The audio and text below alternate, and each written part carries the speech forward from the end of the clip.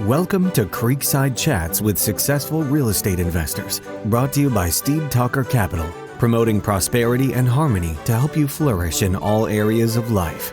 Join in as we explore the motivations and goals of real estate investors and how their ability to invest abundantly has provided them with the time and freedom to contribute to the world in a creative and thoughtful way. Now please welcome your host, Dr. Allen. Hello, enlightened investors. I'm your host, Dr. Allen, here today with Adam Levine, who created Levine Capital Management with the goal of managing his family's capital investments. Adam is also the founding partner of Arcade Capital, one of the premier and fastest-growing hard money lenders in New Jersey. Adam recently launched a third company, TCS Annika Homes, providing a platform for smaller investors to invest while learning through the accompanying private mastermind group. Welcome to the show, Adam. Thank you for having me on. Glad to have you here, Adam. Let's just get into you and find out who the real Adam is here. Talk to us about a major fork in the road that you have come to. You had to make a big decision. Talk about the decision and what a difference that has made in your life. Yes, a few things about my background. I grew up with coming across watching my father invest in real estate more actively as a dentist. I used to watch him and shadow him. I kind of knew what was going on, but I still wasn't educated on that until I started working for a real estate developer back in 2012, and that helped me make the decision to go pursue my my master's at Drexel University in property management. With that being said, I developed a tremendous passion. I saw my father investing passively with other hard money lenders, investing passively in other limited partnerships, and everybody's making money off of him. He's just investing blindly. What I saw was an opportunity that I could help him with making decisions, because what ended up happening, to answer your question, was he's very smart. My father, he graduated from University of Pennsylvania. He's a doctor. He was very successful. However, real estate investing is something that you need to study, and that really wasn't his specialty. And really vetting sponsors. What ended up happening was he invested with some bad sponsors, deals went south, and he ended up losing some capital. However, the silver lining is I took control and said, hey, let me help you, okay? I'll build relationships with top sponsors. I'll help, instead of investing with a hard money lender directly, I'll take control. We'll create our own hard money lending company. That's what we did. I partnered up with some flippers. We were able to create a platform where we could participate in loans, create liquidity for our books, which helps us keep on recycling the money, which is great. And then I created a new platform where we partnered up with a few seasoned sponsors, institutional quality sponsors. When I say institutional quality, I mean they're the financial strength, they're vertically integrated, they're large enough where they could bring on board institutional capital partners if they don't have them, but they a lot of times they do, or they could bring them on. That's the goal. I wanted to really preserve our wealth. That's what I did for him. That was really the turning point of is really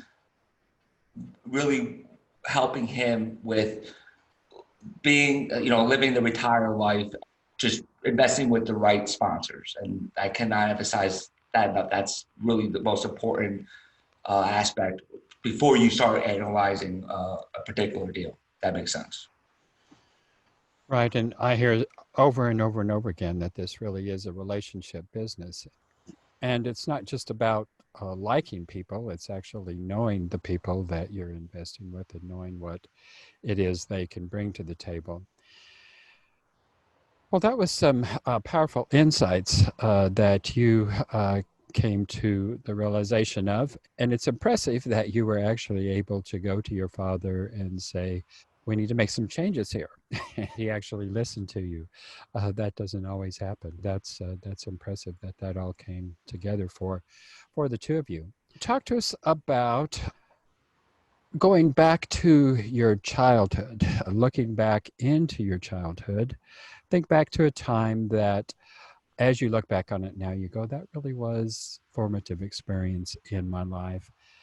That experience, as I look back on it, it goes, that really helped chart the path of where I am today. Sports. I went to Hebrew school, which is good. It's funny enough that my father, being raised Jewish, I had a bar mitzvah, which is great. And my father was very, he's very proud of our heritage. But the one thing that really I think helped me a lot was sports, baseball, playing football, wrestling. Wrestling really, to me, was a struggle mentally and physically throughout high school and college. Thinking back then, or back when I used to wrestle, like that was the hardest thing, the hardest challenge of my life. Everything else is, I'm not saying like real estate investing or life is challenging, but to me, that was the most mentally and physically challenging time in my life.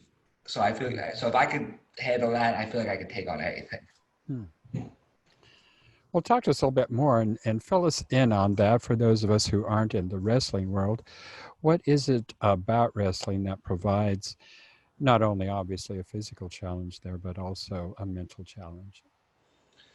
Well, it's just yourself. There's no one else you could blame. There's times when you have to have that for me at least. I'm very competitive, but I wanted to get better. I would train all year round, and I would train summertime. I would go to wrestling clubs after practice. So we had our high school practice. I would go to another practice.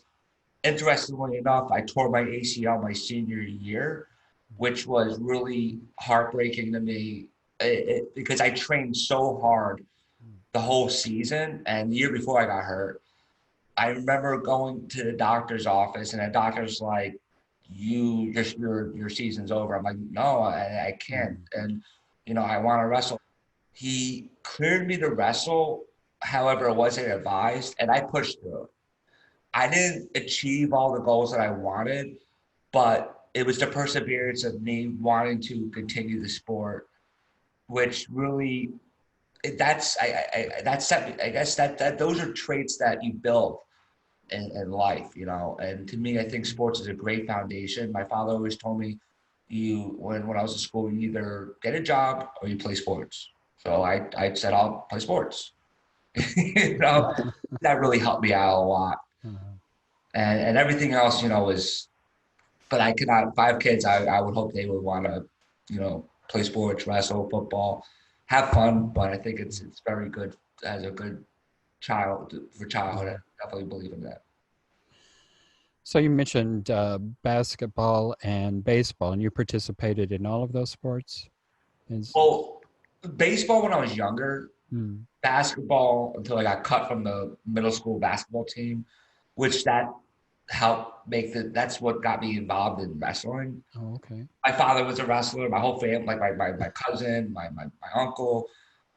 I wanted to try basketball, and then I ended up going to wrestling. Okay. I kind of have like a personality, like I always go all in on everything I do. It's like I focus and I'm all in on something, and that's just more maybe on an obsessive way. Like, I focus on that. I think about nothing else. This is my focus, and that's it. Very persistent. So I think those are traits like that you could, in anything in life. I mean, it could be another hobby. It doesn't have to be wrestling. It could be another, whatever. It could be, I don't know, horseback riding, or something. The horses or something, horse racing. It's just that you could take those same traits and focus on something else that you want to do, and use those good, just take the good things of it and try to use it for something else positive. Right. Okay. Yeah, I can see how beneficial that could be, and looking at it from the equestrian perspective, I mean how just working with horses has changed my life, my perspective on so many different things. And I can see that in your explaining that wrestling, and particularly mentioning the fact that it's that solitary sport, it's not really a team sport. I know you have wrestling teams and all that, the whole team gets points, but you're not, when you're out there on the mat, you're out there by yourself, not with a team member. How that can prepare you for a lot of things, particularly the way that you have structured your business. You're essentially out there by yourself. I mean, you're the instigator of it, the designer of the business. You put it all together. You are running that really as a singular entity, and it either succeeds or it falls upon efforts there. So clearly you've had some major successes, and you mentioned one very big difficulty in terms of the injury that you had to overcome in your senior year. Did you push through that? And clearly it affected your performance. How could it have not have done so? But you persevered and you pushed through that. Well, talk to us about another major setback and disappointment. Anybody who is successful, every successful person has had to learn to deal with disappointments and setbacks. And if you can't learn that, you're not going to be successful. So talk to us about another major setback, disappointment in your life, and how did you deal with it? What did you learn from it?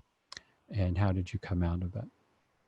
Very simple. Well, it's not simple, but I was working for the developer in 2012, learning a lot. I thought I could, and I started dabbling with stocks. I had big areas luck. Everything I touched turned into a home run. I was really doing very well. I thought, and what ended up happening was it was actually a blessing, really, what happened, because I was working for someone and I was learning, but that wasn't really my calling. And I knew that I wanted more from, but I didn't really know. I know I wanted to start my own business. I just didn't know where to start, if that makes sense. Mm-hmm. The market started turning on me. I ended up quitting my job. Then I ended up blowing myself up in the market, lost everything in the market. Granted, I was living at home with my father still. I was still like in my 20s, you know. It wasn't like I was on I was on the street with a tin can, you know. I was okay. I had food on my plate and a roof over my head. However, it was a setback. I had my girlfriend at the time, and she was very supportive of me. She knew what happened. She really helped me get through this. But what ended up happening was, like I said, I ended up I took off from grad school. I decided, okay, I'm going to focus on real estate again. So that was actually a blessing, because when I was trading, I wasn't focused on real estate. I lost everything. I started focusing on real estate. And then what ended up happening was I started researching how to originate loans, get into that. Because this is when I started taking control of my father's money. I started doing it a little bit before, but this is when I started really getting into it. Because now I'm on my own. I said that instead of investing with this lender, why don't I originate a loan for you? So I started doing that. So I started originating loans for him. And it became like a little business, but it wasn't enough, you know, because, you know, our capital is limited. How many loans can we do? So then I'm like, okay, well, there's all these hard money lending companies out there. How are they originating $1 million a year or hundreds of millions? How are they doing this? There's got to be liquidity or something. And I discovered there is liquidity. I discovered how to put it together. This took me some time, and then I was like, okay, well, if I'm gonna put this together, I need to have the right team. I can't do this all on my own. I don't really know construction. That's not my thing. I don't really know how to go over and know. I found some partners. We took action right away. 2 years later, we did easily over, now we're definitely over 60, 70 million probably now in loans. It's been a true blessing. So that was definitely something, a setback, because if I didn't start that business, granted, I was doing okay working originally loans with my father, choosing investments, but it wasn't enough. I needed to do more than just that. Or I was thinking, do I get a job? But I didn't want to get a job. You know, the only reason why I thought about getting a job is because I wanted to learn more for education because I always want to learn. I'm always reading, and I just, I'm still in grad school, but like I want to learn more skills. The lending company, that's what really helped me start making some good income.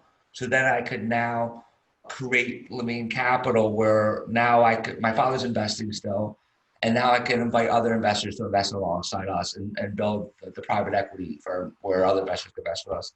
But that's really it was a struggle. Losing I left my job, I quit my job, losing all my money.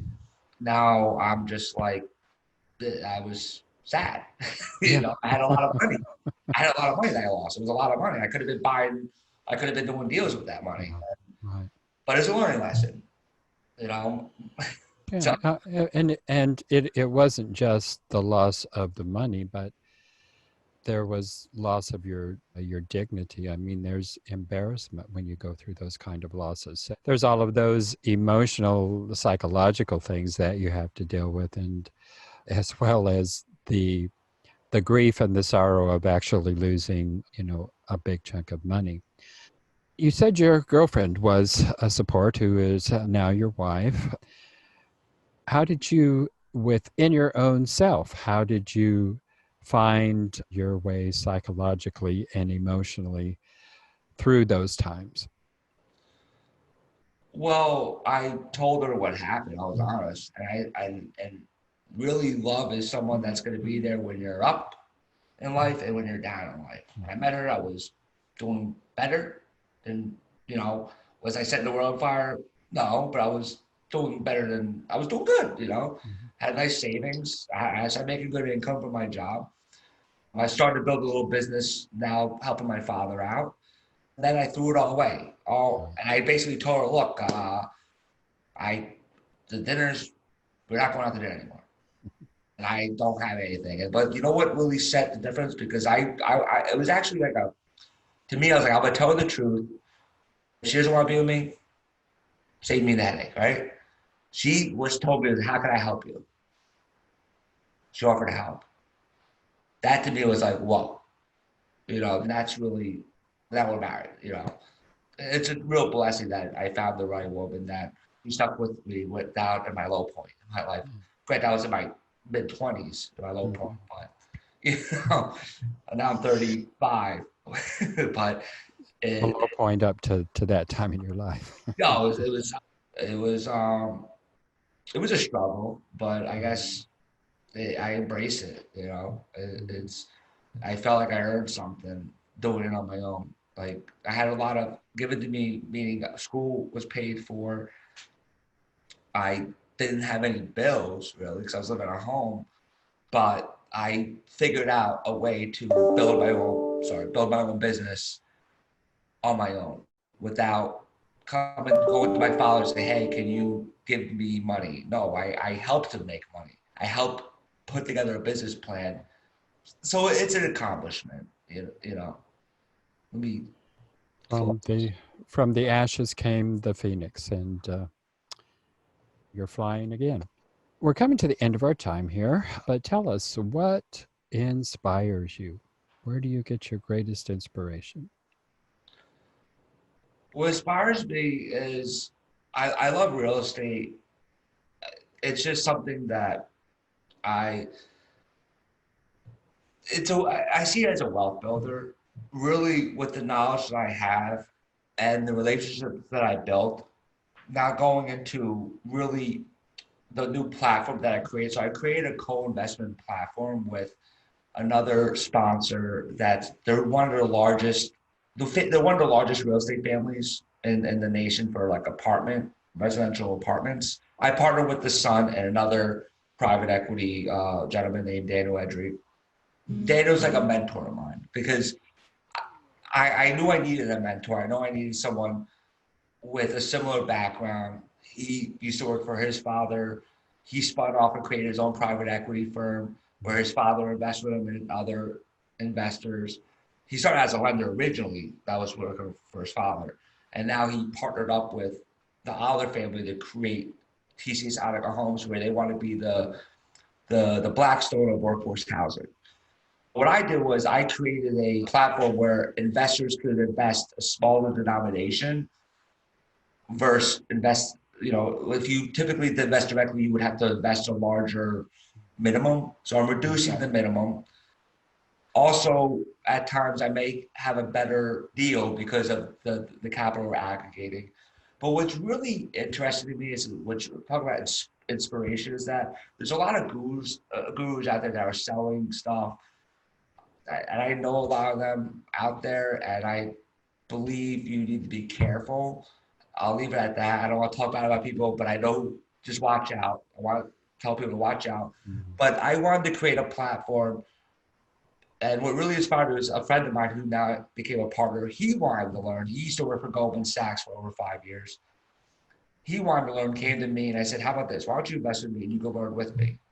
And then the light bulb went off. I was like, wait a second, maybe I could create a platform where investors could invest with us as well. On top of that, we could learn while we're monitoring our investment. So that's what's happening. We just closed Fund 2 and Fund 3.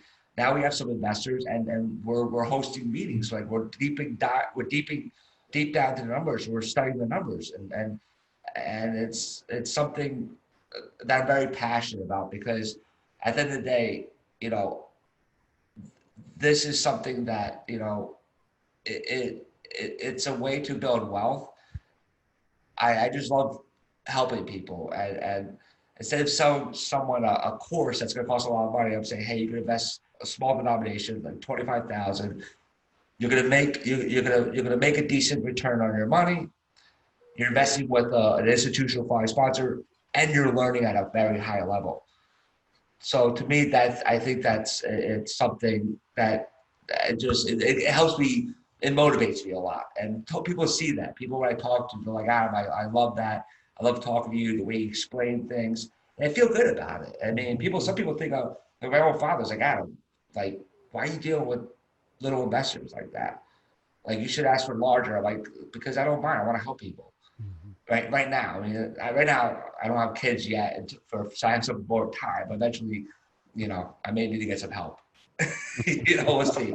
But right now I can handle it. But that's what inspires me, really, to help myself build wealth and help others, especially in this environment now, because we just came through. I missed out on the last recession in 2008. I was wrestling in undergrad, and now we're back in another downturn that's worse. But to me, this is a wealth builder. So I'm all in, going in, and I want to help people along the way and build wealth together. Well, just a technical question is, you are working with smaller investors. Do your investors have to be accredited investors? Right now, we only take accredited investors at the moment, but I may go the 506B route, where I could take in non-accredited investors, up to like 35 of them. 35, something like that, yeah. So I may go that route for my next fund. Maybe I'll go Reg A one day, but right now I like to stick to accredited investors. Okay. But it's self-verified. They have to self-verify. I do have another fund where it's a 506C Reg D fund, where I do need proof of validation. That's another feeder fund, which I created. That one, there is no education. It's just a pass-through. It's a very, very attractive opportunity, but there's no education on that. What I'm doing with TCS, there's education. The sponsor, we have a special relationship where he's helping me learn, and he's also helping me build this platform, and he's involved as well with helping me educate other investors, which is unique to have that relationship. Yeah. Sounds like a good platform and a good solid relationship to help a lot of people. Before we go here, just share with our viewers and listeners how it is best to get in contact with you. So my name is Adam Levine. You Google that, you're going to find like the singer, Maroon 5. If you Google Adam Levine, Levine Capital, SEO should help me. Look, LevineCapital.com, Adam at LevineCapital.com. Obviously they can always contact you to find me. I'm trying to build up my social media presence. I have a Facebook page, I have a LinkedIn page. I'm trying to make myself easy to find. Okay. And Adam Levine, Levine Capital, and I have a free ebook too, actually, that I wrote about passive investing. Okay. It talks about my story, and it talks about how to vet a sponsor, passive, to do less passively. It's brand new. That's free to your listeners. I can give that out to your listeners. So, Wonderful. yes. So I have that available, Okay. and I'm very happy to share it. Well, very good. Adam, I sure appreciate you being on the show. Thank you so much. Enlightened investors, to spearhead your life to time freedom to live abundantly, head over to steedtalker.com and pick up your free guide to passive real estate investing. Also, please take a moment and go to Apple Podcast and leave us a 5-star review. Your review will help us immensely to spread the stories of successful real estate investors whose lives inspire others to passively invest in real estate to live a life of time freedom, to live more abundantly in all areas of life. Enlightened investors, prosperous trails to you until we meet again. Thank you for joining us on Creekside Chats with Successful Real Estate Investors, brought to you by Steed Talker Capital. For more information, as well as access to our free ebook on enhancing your well-being through real estate investing, be sure to connect with us at steedtalker.com. As part of our efforts to make the world a better place, Steed Talker Capital contributes to activities and organizations committed to better understand the equine and enhance the humane treatment of horses worldwide. Steed Talker Capital, working for a world where all creatures, great and small, flourish abundantly. Connect with us at steedtalker.com.